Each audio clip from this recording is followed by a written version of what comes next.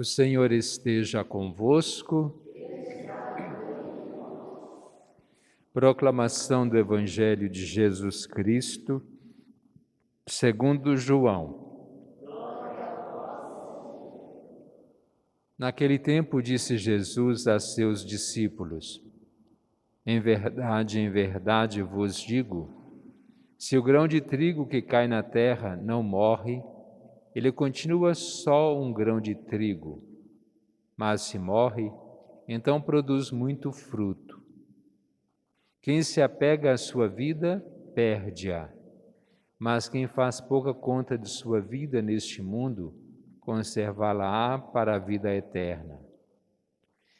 Se alguém me quer servir, siga-me, e onde eu estou, estará também o meu servo. Se alguém me serve, meu Pai o honrará. Palavra da salvação.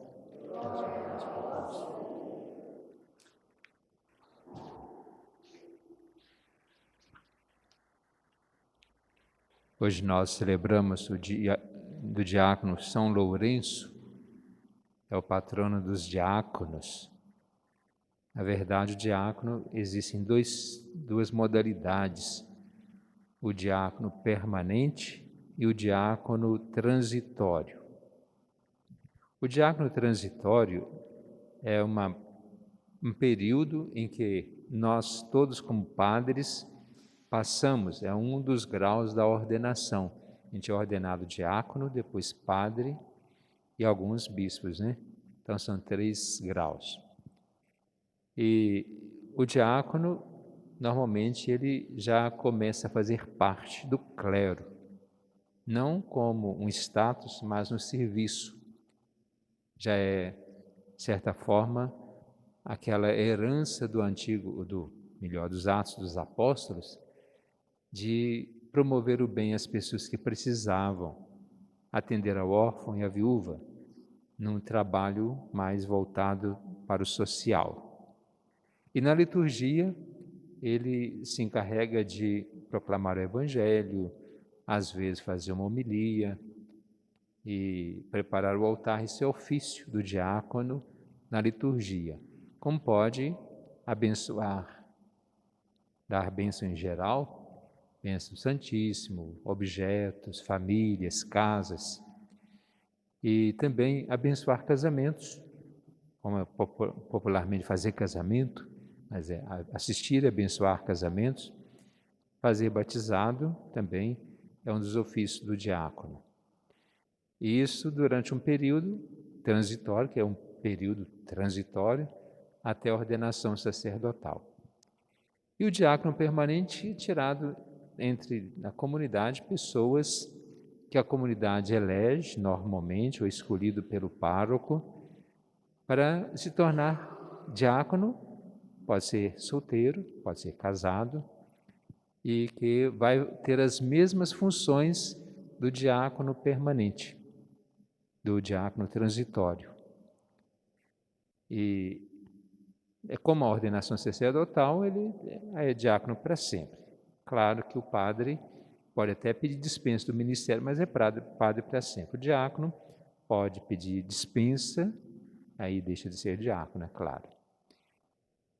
E São Lourenço é um desses diáconos que a igreja conservou durante vários séculos, depois parece que deu uma esquecida, mantendo só os transitórios, e que há algumas décadas que veio retomando isso, e nós temos muitos diáconos que muita gente, muito do nosso povo, não aceita. Mas isso faz parte da tradição desde os Atos dos Apóstolos. Tem gente que, se o diácono for abençoar o casamento, não quer. Então, é ofício dele. Se o diácono vai fazer um batizado, não aceita, mas é ofício dele. E a igreja retomou isso. Não é apenas um empregado do padre, um auxiliar, mas alguém que, repito, faz parte do clero para servir também. Sobretudo, se eles se tornaram diáconos por falta de pessoas, porque os apóstolos estavam em número muito pequeno para pregar o Evangelho. e havia muito pedido de socorro para os órfãos e as viúvas, eles instituíram o diaconato. Então, hoje também, na falta de outras pessoas, então, de acordo com a necessidade, se escolhem alguns para serem diáconos. E São Lourenço, ele foi martirizado, ele viveu no século III e foi martirizado numa grelha, quer dizer, foi assado. E no início do cristianismo, muitos foram martirizados. Mas não é só lá não, ainda hoje, por causa da fé, muitos são martirizados. Aí quando a gente lê a vida dos santos, a gente fala, nossa, que vida bonita, que testemunho. Mas nós também precisamos dar esse testemunho. Não é para ser mártir, não. É claro, se custar a nossa própria vida de ser mártir, que assim seja. Claro, eu estou falando aqui, pode ser que na hora a gente possa dar uma escorregada, ter medo. Jesus falou, nos preparando para a gente não ter medo, mas que tudo isso pode acontecer, mas vamos ter essa fé, convicção e que nós fazemos tudo por causa de Jesus Cristo. E quando nós ouvimos na primeira leitura na carta de São Paulo aos Coríntios, ele prega isso, a função do diácono que deve ser de todo cristão. Começa assim, quem semeia pouco, colherá também pouco. Quem semeia com largueza, colherá também com largueza. Quer dizer, o que nós fizermos de bom, quanto mais nós fizermos, mais nós vamos receber. Quando a gente planta um canteirinho, a gente vai colher correspondente àquilo que plantou. Quando a gente planta num campo enorme, nós vamos colher daquilo também que nós plantamos.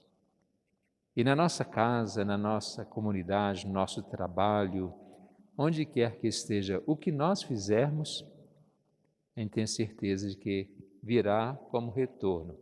Não é que a gente tem que ficar cobrando. Eu servi tanto essa comunidade, agora eu ganho isso pela cara. Bom, se as pessoas não sabem reconhecer, que muitas vezes realmente não reconhecem, que a gente receba esse reconhecimento de Deus. Não é que eu vou fazendo assim tudo do meu jeito e querer que todo mundo aceite. Também não. Eu preciso fazer de acordo com a comunidade, numa unidade. Assim como na família, eu não tenho que ser diferente, não sou igual, mas eu não tenho que manter ou cultivar a minha diferença e querer que os outros me aceitem como eu sou. Eu preciso ser eu mesmo, mas procurando viver na unidade. E assim, fazendo o bem, e se alguém não me aceita, não me recebe, quando eu estou fazendo o bem, eu tenho que ter certeza que o que eu faço não deixará de vir como recompensa. E sabendo que Deus é muito bom para conosco. No Evangelho, Jesus nos fala do grão de trigo. Quando nós vamos plantar alguma semente, normalmente a gente escolhe a melhor semente, porque a gente quer uma produção melhor. Ah, mas a gente vai pegar essa semente, já está boa para a gente usar na alimentação, e exatamente essa que está mais bonita nós não vamos aproveitar. Se a gente joga uma semente ruim na terra, vai perder tempo, perder espaço, pode até germinar, mas não vai produzir muita coisa. Conta-se que alguém, um grande produtor de milho, um país aí, ele fornecia a melhor das sementes que ele tinha para os vizinhos, para os concorrentes. Então ele tirava daquela melhor semente de milho, ele era um dos maiores produtores de milho, mas ele tirava a melhor semente para os outros. Alguém questionou: por que você tira da melhor semente para os seus concorrentes? Falou assim, porque se eu ceder para eles a pior semente, eles vão produzir mal e a polinização deles para o meu milho vai ser da semente ruim. Então, eu fornecendo para eles uma boa semente, eles vão ter milho de boa qualidade e a polinização deles vindo para o meu milharal vai ser muito melhor. Quer dizer, às vezes a gente quer a concorrência, mas quer ver o outro afundado. Mas ele via o outro com uma boa produção que ele tinha como lucro. Aí se tornou o grande produtor. Claro que interesse material, econômico, mas é o dia a dia. Quando nós fazemos o bem, a gente tem certeza de que nós recebemos o bem. E aí Jesus fala, o trigo que é lançado à terra, se não morre, ele não vai produzir fruto. Por isso eu preciso lançar boa semente. E para nós, quando nós morremos, se nós somos essa boa semente, nós temos certeza que nós vamos germinar, quer dizer, nós vamos herdar uma vida nova, que é a vida eterna. Então a semente que é lançada à terra, ela não vai ficar simplesmente uma semente, porque senão não tem sentido. Ela primeiro morre, depois germina, para depois produzir fruto. E quando alguém morre, a gente tem aquele pesar, o sofrimento, é próprio para nós. Até uma plantinha que morre e fica com dó, um animal de estimação. E quando nós pensamos na morte, nós pensamos que é o fim de tudo, mas nós sabemos que a morte é uma passagem para a vida eterna. E tantos santos que passaram por isso e que hoje deixam testemunho, eles são lembrados. Mas vamos pensar nos nossos entes queridos, que também passam por essa situação e que nós estamos na fila, não adianta ninguém querer fugir da fila da morte. Não sabemos como nem quando, mas que a gente tenha essa consciência de que nós vamos morrer para receber a vida plena, a vida verdadeira, que é a vida eterna.